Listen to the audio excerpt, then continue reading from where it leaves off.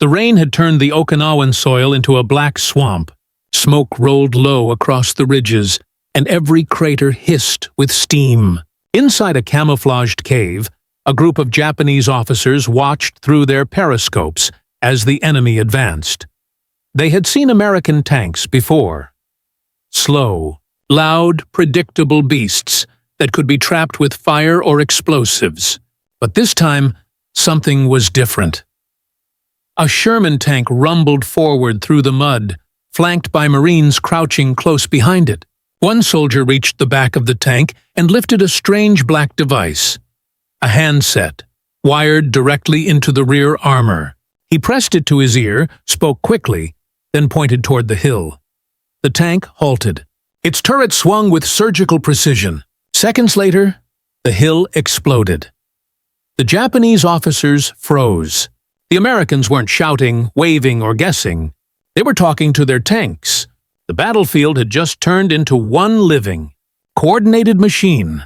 For the defenders of Okinawa, that moment was more terrifying than the explosion itself, because it meant the Americans had solved the one weakness Japan had always counted on. Their enemy could now think, move, and kill as one. By the spring of 1945, the Pacific War had become a brutal, grinding contest of adaptation. Every island captured by the United States brought lessons about terrain, communication, and survival. And nowhere were those lessons more costly than in the battles for Tarawa, Saipan, and Peleliu. In those campaigns, American infantry and armor had fought side by side, but rarely in sync. The dense jungles, coral ridges, and volcanic ash made radio communication unreliable. Tank commanders, sealed inside their vehicles, often had no idea where their supporting infantry were. Infantrymen, pinned by fire, couldn't direct their tanks effectively. The results were disastrous. At Tarawa in 1943, tanks became isolated, separated from their infantry by shell craters and seawalls. Japanese anti-tank gunners destroyed them one by one. Marines were left crawling through open sand, waving their arms or banging on the hulls of tanks in desperation. In Saipan and Peleliu, the same chaos repeated. Men screaming over the roar of engines, trying to coordinate with crews who couldn't hear them. War correspondent Robert Sherman described it bluntly. "Our tanks are deaf. Our infantry are mute. Between them lies death." The U.S. military knew this couldn't continue. Communication, not courage, had become the deciding factor. So, in late 1944, a quiet revolution began. At Camp Lejeune and in the workshops of the U.S. Army Signal Corps, engineers and Marines began experimenting with a new idea: a direct voice link between infantry and tank crews. The concept was simple: a rugged field telephone mounted on the rear of the tank, protected by a metal box, wired straight into the intercom system used by the crew inside. A Marine could walk up under fire, lift the handset, and instantly speak to the tank commander, giving coordinates, pointing out targets, or calling for cover fire. What had once taken minutes of confusion now took seconds. By late 1944, prototypes were tested in training grounds across Hawaii and Guam. The response was immediate and overwhelming. Crews called it the lifeline. Infantrymen called it the best weapon that doesn't shoot. The official name was simple: Infantry-Tank Telephone. It would prove more revolutionary than any new gun or armor plate. The U.S. command began installing them systematically on M4 Sherman. Tanks, the mainstay of American armored forces. Every tank destined for Okinawa carried one. The modification added less than 10 pounds, but it changed the rhythm of combat forever. The Japanese, meanwhile, had no idea this was coming. In their intelligence briefings before Okinawa, Imperial Army officers still viewed American armor as predictable, noisy, blind, and dependent on prearranged signals. Their defensive doctrine was designed around it. hidden anti-tank guns, camouflaged trenches, and suicide squads waiting for tanks to overextend. What they didn't realize was that the Americans had eliminated the delay. The very seconds Japan's defenses relied on. When the invasion of Okinawa began on April 1, 1945, it was the largest amphibious assault of the Pacific War. More than 1,200 ships, 180,000 troops, and over 700 tanks and armored vehicles poured onto the beaches. But unlike earlier battles, this invasion moved with clockwork precision. Infantry advanced under constant tank cover. Tanks shifted direction instantly, and targets were destroyed almost as soon as they were spotted. For Japanese observers, it felt unnatural, as if the entire American force was connected by one mind. In reality, that mind was the voice of a single Marine, speaking into a black handset bolted to the back of a tank. The war had entered a new phase, where machines and men no longer operated separately, but as parts of a single system.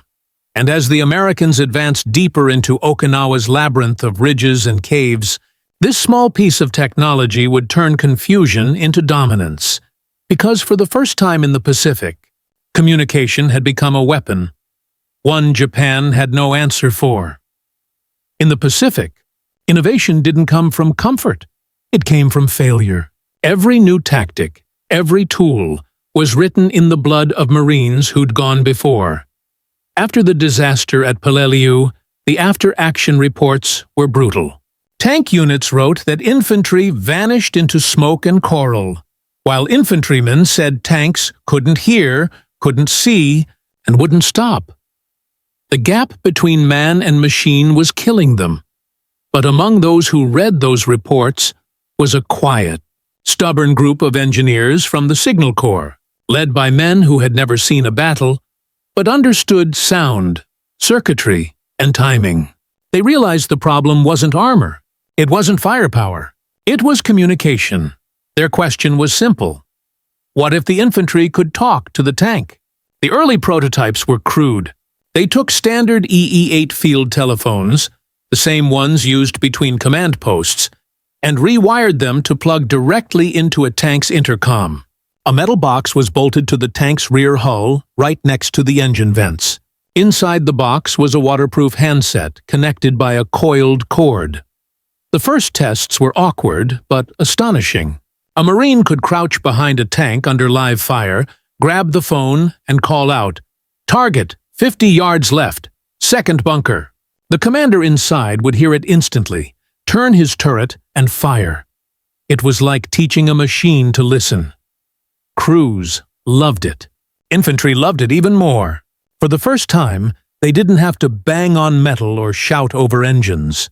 They could coordinate with the calm precision of a firing squad. But more than that, it built trust. In earlier battles, infantry had often hesitated to follow tanks too closely, afraid of being crushed or caught in their line of fire. Now, they stayed tight, knowing they could guide the armor step by step.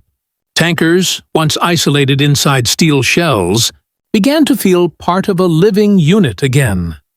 When news of the trials reached General Simon Buckner, commander of the 10th Army preparing for Okinawa, his response was immediate. Every Sherman tank landing on the island would carry an infantry telephone. It was a small decision that changed everything. By the time the first wave of Marines and soldiers hit the Okinawan beaches, these telephones had become standard issue. Sturdy, battle-tested, and deadly efficient. They were used by both the U.S. Army's 27th Infantry Division and the 1st Marine Division. Japanese intelligence, however, didn't even know they existed. In their pre-invasion assessments, Japanese commanders believed American coordination was still slow and fragmented. Their plan relied on exploiting that gap, separating tanks from infantry, then annihilating them piecemeal with hidden artillery and suicide charges. But when the battle began, those assumptions collapsed instantly. Instead of confusion, the Americans advanced like a machine. Tank platoons rolled forward in precise rhythm. Infantry squads pointed out targets the moment they appeared. Machine gun nests, camouflaged bunkers, mortar pits, and tanks responded instantly with 75mm shells. Japanese observers inside command caves could hardly believe what they were seeing. At Shuri Ridge, defenders watched American tanks halt, pivot, and fire within seconds of enemy movement. At Sugarloaf Hill, Marines coordinated their advance up a slope littered with bodies, calling out bunker positions through the tank phones as if conducting an orchestra. The result was devastating. Japanese counterattacks that had once broken through now vanished under concentrated fire. Their communication lines, already strained, couldn't adapt. While Americans shouted through wired phones, Japanese runners still sprinted through artillery. Storms carrying paper messages. The psychological shock was immense. Captured Japanese officers later told interrogators they believed the Americans had developed a new system of battlefield control, something mechanical, beyond their comprehension. In truth, it was just a wire and a voice, but it had turned chaos into coordination. By May 1945, the Japanese command at Okinawa began to realize that technology had overtaken courage. Their defenders were as brave as ever. But bravery could not outpace organization. Every cave they held was mapped and destroyed in half the time it would have taken on Saipan. Every hidden position they built was found, reported, and obliterated before it could fire twice. And as U.S. forces closed around the Shuri Line, the heart of Okinawa's defense, the Japanese High Command saw the terrifying truth. They were fighting an enemy who had not just more men or machines, but an entirely different language of war. It wasn't shouted. It wasn't signaled. It was spoken directly through steel. By the spring of 1945, the Battle of Okinawa had become something unlike anything the Pacific had seen before. It was not a clash of armies. It was a slow, grinding annihilation. For the Japanese, Okinawa was the gateway to the home islands. They had fortified it with over 100,000 troops, dug into a labyrinth of caves, tunnels, and concrete bunkers. The plan was simple: bleed the Americans so badly that an invasion of Japan would seem impossible. General Mitsuru Ushijima, commander of the 32nd Army, believed his men could inflict such horror that American morale would collapse. He wasn't wrong about the horror, but he underestimated the evolution of the American war machine. When the U.S. landed in April, the defenders were prepared for what they'd seen on Peleliu and Iwo Jima. Tanks blundering ahead, infantry separated, communication breaking under fire. What they saw instead was coordination so perfect it seemed impossible. At dawn on April 10, 1945, a Japanese artillery observer hidden near Shuri Castle radioed an urgent message: American tanks and infantry advancing together. They move like one body. From his perch, he saw tanks stop on command, pivot, and fire in the exact direction a Marine pointed, as though they shared one mind. Every bunker that opened fire was met with an immediate, precise counterstrike. No hesitation, no delay. To the Japanese, this was unnatural. Their own coordination required prearranged signals, shouted commands, or the bravery of runners darting through machine gun fire with messages in hand. When those runners were killed, which happened constantly, entire sectors fell silent. Inside the Shuri Line's command caves, confusion reigned. Officers tried to interpret what they were seeing. Some believed the Americans were using radio control to direct tanks individually. Others thought the tanks were autonomous, controlled by invisible signals. The truth was simpler and more terrifying. A simple wire, bolted to steel, had made the American army move like an organism. As the days dragged on, the Japanese learned to fear that wire. Machine gunners reported that whenever they opened fire on infantry, A tank's turret would swing toward them within seconds. Even a brief muzzle flash was enough to draw a shell straight into the opening. At Maida Escarpment, a ridgeline that the Americans called Sugarloaf Hill, this synchronization reached its peak. Marines from the 6th Division fought yard by yard, calling out positions through the tank phones while lying face down in mud and blood. 2 bunkers left of the rock. Range 50. The tank behind them answered with 2 shells. The first blew apart the rock. The second silenced the bunker. To the Japanese inside, it was as if the Americans had eyes that could see through earth. Their machine guns overheated from panic firing. Their anti-tank teams never even made it close enough to throw satchel charges. In a single day of fighting on Sugarloaf, entire platoons vanished under that coordinated fire. By May, the survivors in the southern caves began to whisper about the Americans' talking tanks. Some thought the tanks carried men inside who could communicate telepathically. Others assumed new technology allowed infantry to control them remotely. It was a myth born from confusion, but rooted in real terror. Colonel Hiromichi Yahara, chief strategist of Okinawa's defense, later wrote that the Americans' ability to react instantly to the smallest change on the field made all traditional Japanese tactics obsolete. Every ambush collapsed before it began. Every night, counterattack was tracked and crushed. Even suicide squads, once feared by the Americans, found themselves annihilated before reaching their targets. In earlier battles, the Japanese had relied on the psychological shock of their attacks, screaming banzai charges and surprise assaults that shattered morale. But at Okinawa, the Americans didn't break. They simply adjusted, instantly, like a machine correcting its aim. The tank phones had done more than improve communication. They had erased hesitation. Behind every advance now stood a calm, confident link between man and metal. Every order was heard. Every request for fire was answered. Every movement was part of one rhythm. From the cliffs above, Japanese commanders could see it. The terrifying precision of an army that no longer fought in fragments. At night, as the island burned under tracer fire, officers in the caves argued over their final stand. Some still believed they could win through endurance, through the Bushido spirit that had carried them since the beginning. But others, quietly, began to understand something far darker. They weren't just losing the battle for Okinawa, they were witnessing the future of warfare, a kind of mechanized unity that Japan could no longer match. By June, the Shuri line was collapsing. Tank after tank rolled through the shattered defenses, each guided by voices from the mud, each connected to a living network of coordination Japan had no weapon against. The war in the Pacific was no longer a contest of bravery. It was a contest of systems.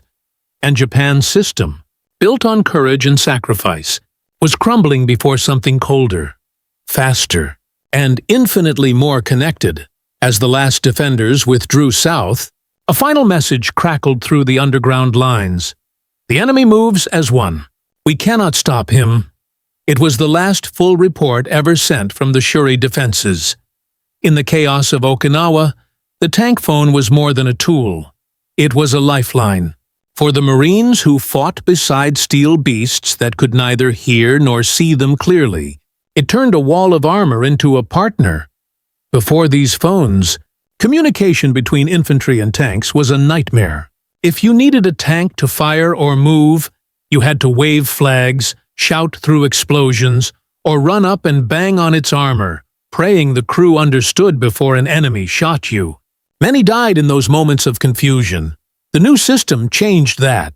A thick, rubber-coated cable ran from the tank's rear, ending in a small handset protected by a metal cap. A soldier could sprint up, rip off the cover, and speak directly to the crew inside.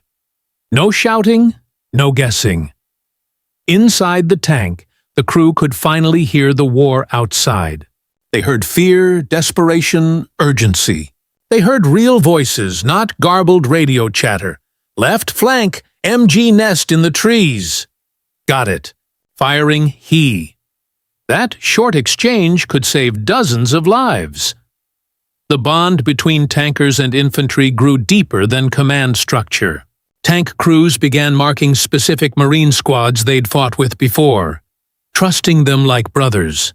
Infantrymen, in turn, risked their lives to protect tanks from Japanese ambushes, knowing those machines would return the favor. By mid-1945, Marine units even gave their favorite tanks nicknames: Faith, Widowmaker, Iron Angel. These names appeared in field diaries, scratched into helmets, or painted on burned-out wrecks. It was technology creating humanity. A strange paradox of war. The Japanese couldn't understand this dynamic. To them, tanks were still isolated tools, lumbering machines that acted independently. They didn't have the same trust between armor and infantry, nor the same fluid communication. Their officers barked orders down lines or through couriers, often hours too late. The Americans had learned to merge man and machine. The Japanese still treated them as separate entities, and on Okinawa, that difference decided who lived, and who vanished into the mud. For the Japanese, war was spiritual. For the Americans, it had become mechanical. That clash defined the Pacific. Japanese doctrine taught that courage could overcome firepower, that the warrior's heart was stronger than any weapon. But by 1945, that idea was collapsing under the weight of American industry and technology. The Japanese were not blind to change. They saw American innovations: flamethrower tanks, bulldozers turning jungles into airfields, napalm spreading across valleys. But they believed moral will would outlast material advantage. When they saw American tanks advancing in perfect coordination, their first instinct was disbelief. They assumed the U.S. must be overcommitting resources, that no army could sustain that level of synchronization. They didn't realize that the tank phone wasn't a complex system. It was brutally simple. It didn't rely on delicate radio signals, didn't need encryption, didn't fail in mud or rain. It was just wire and voice. Crude, but unstoppable. To Japanese commanders used to slow communication through command posts and maps, the Americans seemed to fight without hierarchy, like a swarm that moved on instinct. And in a way, they did. Orders at Okinawa often came from sergeants or corporals shouting into those tank phones. There was no waiting for permission, no fear of protocol. The mission was clear: survive and advance. The Japanese, bound by rigid obedience, could not match that freedom. Even when they spotted American weaknesses, counterattacks required official approval. By which time, the situation had already changed. Colonel Yahara later admitted in his post-war memoirs that the Americans were able to move without delay because their machines obeyed them instantly. It wasn't admiration, it was recognition of an inevitable truth. Technology had replaced ritual. Speed had replaced ceremony. For a warrior culture built on the perfection of discipline, it was devastating to watch a less spiritual enemy achieve perfection through something as soulless as a telephone line. In every major amphibious assault before Okinawa, communication failure had cost American lives. At Tarawa, Marines were slaughtered because tanks couldn't see where to fire. At Peleliu, armor and infantry fought separately, with disastrous results. Okinawa was the correction, the lesson learned, mechanized. The tank phone allowed for something unprecedented in the Pacific: instant combined arms coordination. Infantry, armor, and artillery now functioned as one unit, reacting to threats in seconds. A machine gun nest could be identified, destroyed, and the area secured. All within a minute. An anti-tank gun could be spotted, flanked, and neutralized before it fired its second shot.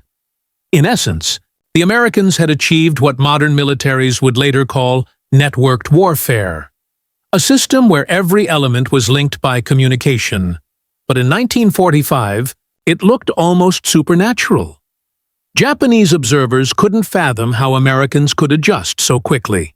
They saw tanks firing in sync with infantry, flamethrowers igniting bunkers just as grenades exploded nearby, as if choreographed.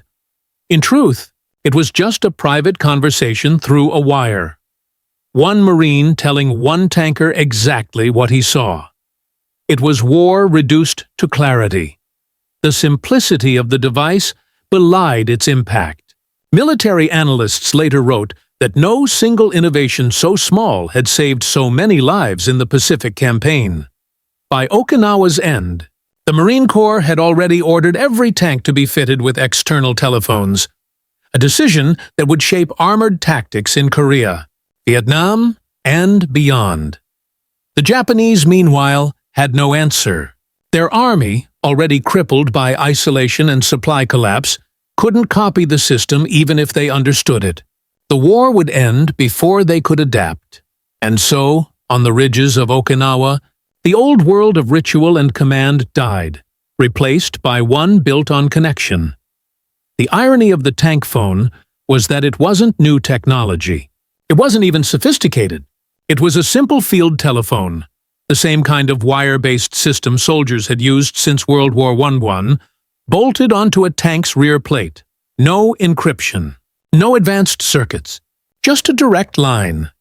Yet, this crude device changed the entire psychology of battle. For the Americans, it offered confidence, a sense that chaos could be tamed. Soldiers no longer had to guess what the armor was doing or hope their signals were seen. Every command, every cry for help, every urgent direction now reached a human ear inside that armored shell. That small reassurance created calm under fire. It made infantry believe they were part of a living system, not just expendable bodies in the mud. For the Japanese, the opposite was true. Each failed ambush, each moment when American tanks pivoted the instant they revealed themselves, deepened a creeping sense of dread. Soldiers reported that it felt like the enemy could read our thoughts. Psychological warfare doesn't always come from propaganda or intimidation. Sometimes it comes from efficiency, from the terrifying realization that your opponent no longer hesitates. To the Japanese, who prized human spirit and courage above all else, this mechanical precision felt inhuman. They believed war was a contest of hearts. Yet they were being defeated by synchronization, not emotion. They began to describe American tanks as machines with ears. In captured diaries later translated by Allied intelligence, Japanese soldiers wrote that every shot we fire, the enemy knows where we are. Fear spread faster than gunfire. By the time the Battle of Okinawa reached its final phase, Japanese defenders in the southern hills were firing sporadically, terrified to reveal their positions. The tank phone had created something new, an invisible pressure that paralyzed the enemy before the fight even began. It proved that sometimes the smallest innovation can change the psychology of an entire war. Inside an American Sherman or M4A3 tank, life was claustrophobic and deafening. Engines roared behind them. The air reeked of oil, sweat, and cordite. Communication was through intercom headsets, and every crewman's world was limited to a few inches of vision through a periscope or slit. Before the infantry phone, tankers were often blind to what happened outside. They relied on vague radio orders or frantic hand signals glimpsed through the chaos. It created deadly isolation. At Tarawa, one tank commander wrote, "We fired until we ran out of shells. We never knew if we were hitting the right thing." By Okinawa, everything changed. The moment that phone line connected, the outside world came alive. A Marine's voice, real, human, urgent, could cut through the noise and confusion. It was no longer just a machine rumbling through hell. It was part of a dialogue. Tankers later recalled how the first time they heard that external handset crackle, it startled them. Then came a voice. "This is Baker Company. We're right behind you. Enemy MG in the ridge, left side." The loader turned. The gunner adjusted. One round, one hit. Silence. That immediacy made the difference between victory and destruction. Tank crews began to trust infantry more than distant radio commands. They learned to recognize voices. The drawl of a Southern Marine, the clipped tone of a New Yorker. Each voice meant safety, direction, purpose. Even after the battle, many tankers remembered those anonymous voices more vividly than faces. Decades later, one veteran wrote, "The voice on that line was the only thing that kept us human inside that machine." War dehumanizes. The tank phone, in a strange way, rehumanized.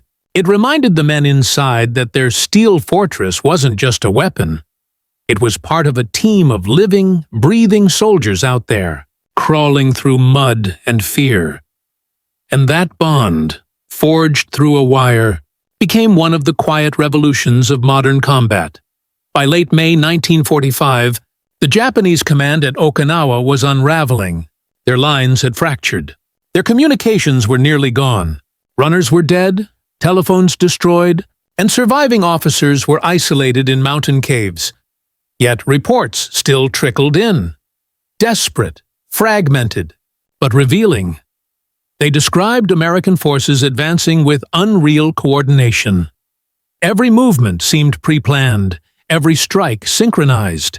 To the last defenders, it appeared that American tanks and infantry were guided by something beyond human, a system that made error impossible.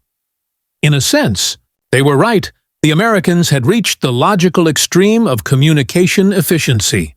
Orders didn't need to flow from generals to captains to soldiers. They could pass directly between the people who saw and the people who fired.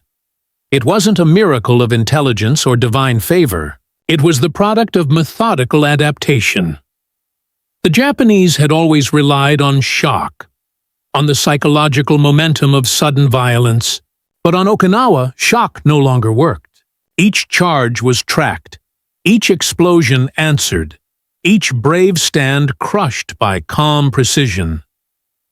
Some Japanese officers began burning maps and destroying papers, realizing there was nothing left to direct. The Americans had reduced the battlefield to reaction time, and in that contest, Japan had already lost. On June 21, 1945, the island fell silent. The last organized resistance ended. When U.S. troops found what remained of the Japanese command center near Hill 89, they discovered diaries, field notes, and shattered communication gear. Among the scattered papers was a single line written in Japanese. "Their machines obey faster than men." It was not self-pity. It was recognition. For the Japanese, the war had been fought by hearts and honor. For the Americans, it had become a war of integration. Every man, every machine, every signal connected in real time. The tank phone was not the most advanced weapon of the war, but it symbolized a new kind of dominance, one where coordination defeated courage. And that realization would haunt Japan's surviving officers. Long after Okinawa's soil turned to ash, the rains began in late May. Okinawa turned into a swamp of death, every trench a river of mud, every crater a grave. For weeks, the Americans had clawed their way south toward the Shuri Line, the backbone of Japanese resistance. It was not just a defensive line. It was a fortress carved into the island itself. Caves, tunnels, pillboxes, and bunkers connected through miles of underground passages. To take it meant breaking the spirit of the Japanese 32nd Army, the last organized defense before the invasion of mainland Japan. On May 12, 1945, the assault began. The U.S. 6th Marine Division faced the northern end of the line, anchored by Sugarloaf Hill. a mound barely 50 feet high but packed with machine guns, mortars, and death. From the start, every movement drew fire. The Japanese had zeroed in their artillery perfectly. Every Marine advance ended in smoke and screams. For 3 days, the hill changed hands 11 times. At night, Japanese troops crept through hidden tunnels to reoccupy bunkers the Marines thought they'd cleared. By day, they unleashed grenades and flamethrowers from beneath the ground itself. It was hell. Organized, methodical hell. But something new was unfolding in that chaos. Every time Marines called for tank support, the coordination was instant. Shermans rolled forward under sheets of fire, guided by men pressed flat in the mud, speaking directly through the external telephones. One Marine officer later described the moment. "I had my hand on that phone, calling shots while bullets hit the dirt around me. The tank behind me answered every word. We were fighting as one thing, not two. Every bunker that opened its guns was erased by a single shell, called out by a trembling voice just meters away. When infantry were pinned down, tankers reversed slowly, forming steel walls to shield them. When tanks lost sight, infantry spoke them through the smoke. In that brutal rhythm, voice, response, impact. The Americans began to turn the tide. By May 18th, the Japanese defenders on Sugarloaf were trapped. American artillery blanketed the ridge, tanks fired into every opening, and the last defenders fought to the death inside their caves. When it was over, the ground was unrecognizable, a charred, smoking scar. The Marines lost over 2,600 men. The Japanese lost more than 2,500, nearly the entire defensive garrison. But for the first time, the U.S. had proven that coordinated tank infantry communication could break the most fortified position in the Pacific. The Shuri line was faltering. A few miles south, the heart of the Japanese defense, Shuri Castle, stood beneath a storm of artillery. Once a proud symbol of Ryukyuan royalty, it was now a fortress of concrete, caves, and command tunnels. Inside, General Mitsuru Ushijima and his staff listened to the thunder of American fire echoing through the walls. Their radio operators reported panic across the line. Entire battalions were disappearing. Communication with the outer sectors had collapsed. Ushijima ordered counterattacks. Waves of infantry armed with satchel charges and grenades. But they never reached the enemy. American tanks, guided by those external telephones, tracked every movement. Machine guns pivoted the moment a muzzle flash appeared. Flamethrower tanks swept across open ground, pouring fire into the mouths of caves. Japanese soldiers burned alive inside their tunnels, screaming as flames sucked the oxygen from their lungs. The survivors who fled were gunned down by infantry waiting outside. No message could reach the surface fast enough to counter the precision of those attacks. The Japanese fought bravely, but they were blind, trapped inside a fortress that had become a tomb. On May 29, 1945, American tanks breached the outskirts of Shuri. Through smoke and rain, a column of Shermans advanced slowly up the slope, their engines churning the soaked earth. Marines followed in their shadows, rifles raised, calling through the tank phones for covering fire. Bunker after bunker collapsed under high explosive shells. By noon, the castle's outer walls crumbled. By evening, the rising sun flag was gone, replaced by the stars and stripes. The nerve center of Japan's defense on Okinawa was finished. That night, as rain poured through the burning ruins, surviving Japanese officers gathered in an underground chamber.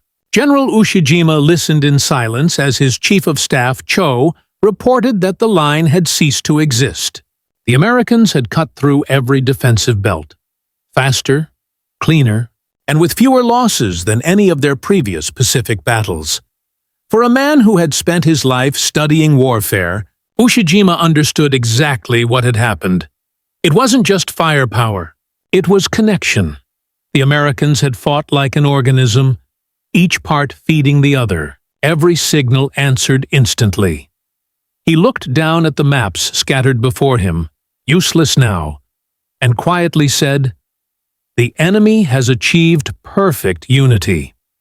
A few days later, as American tanks rolled south toward the last pockets of resistance, Ushijima and Cho performed ritual suicide. Their empire's last great defense had fallen, not to superior numbers, but to superior synchronization. The Shuri line was broken, but the island was not yet silent. South of the castle, tens of thousands of Japanese soldiers still fought, hiding in caves or retreating toward the coast. They would fight to the last man, and the tanks, with their wired telephones and synchronized infantry, would follow, into terrain so horrific that even victory would feel hollow. The final act of the Battle of Okinawa was about to begin. After the fall of Shuri Castle, the Japanese 32nd Army had no front line left, only fragments of shattered units retreating south through the rain. The Americans advanced cautiously, tank treads grinding through mud thick as cement. Every valley, every cave, every rise of ground could hide a machine gun or a suicide charge. The Marines called it the slow death march. By now, the island itself seemed alive. Breathing smoke, coughing fire. Entire hillsides collapsed under artillery. The air reeked of rot and diesel, of rain and death. But the tanks kept moving. Each Sherman carried its own small universe of sound. The hum of the engine, the chatter of the crew, and the calm, clipped voice of the infantryman outside on the field phone. Move forward 10 yards. Stop. Left side bunker. 2 o'clock. Got it. Boom. One explosion. Then silence. They spoke like surgeons, cutting through flesh made of earth and steel. For the Japanese, these scenes were a nightmare made real. Every hidden gun position they opened fire from was immediately located and destroyed. Every desperate ambush ended in flames. The once invisible defenders, the masters of camouflage and surprise, had become targets in their own maze. By early June, what was left of the 32nd Army had fallen back toward the southern coast near Itoman and Mabuni, a labyrinth of cliffs and caves overlooking the sea. This was the final stand.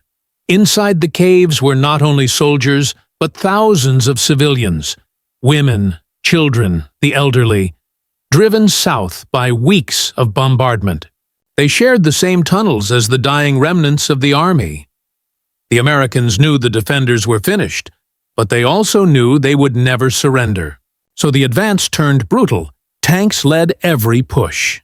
Infantry advanced close behind, calling corrections through the phones as shells tore open cave mouths.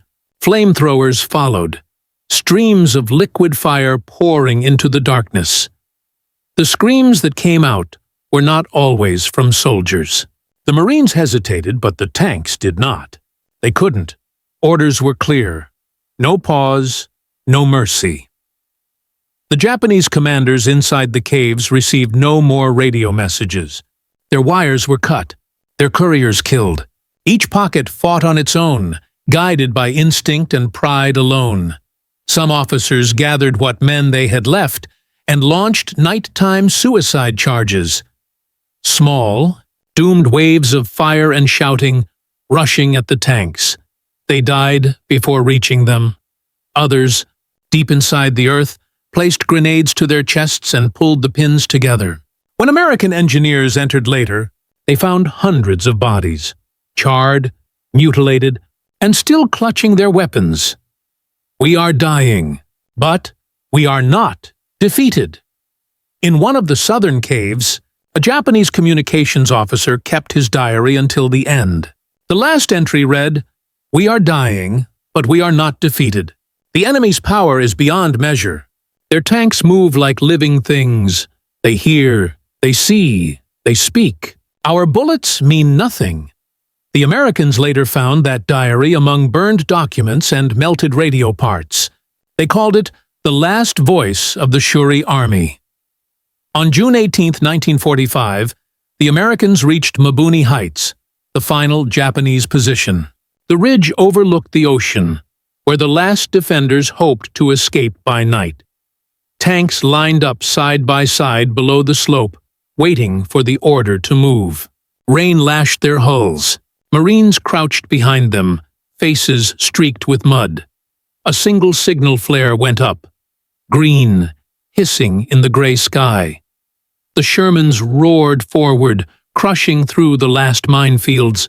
Japanese guns opened fire from the caves above, tracers slicing through the downpour. Shells screamed back in answer, and then, one by one, the tanks stopped. Not destroyed, but halted deliberately. Infantrymen ran to their rears, grabbing the phone receivers, shouting coordinates. "Top of the ridge! Third cave from the left." "Copy. Firing now." A blast. Another. The side of the hill erupted in fire. For 2 days, the assault continued. When the smoke finally lifted, Mabuni was silent.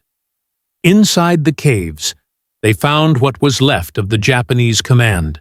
General Ushijima and his chief of staff, Cho, had already taken their own lives days before. Their bodies were found covered in white cloths, swords resting on their chests. It was over. The Battle of Okinawa, the bloodiest of the Pacific War, was finished. When the guns finally fell silent, more than 12,500 Americans were dead. Over 100,000 Japanese soldiers and at least 80,000 civilians were gone. The island was nothing but mud, smoke, and bone. But the battle had proven something terrifyingly clear. The side that could think as one would always win. That simple field telephone, bolted to the back of every Sherman tank, had turned chaos into precision, and precision into dominance. The Japanese had fought with courage, sacrifice, and faith, but the Americans had fought with connection. And on that small island in 1945, connection was stronger than courage.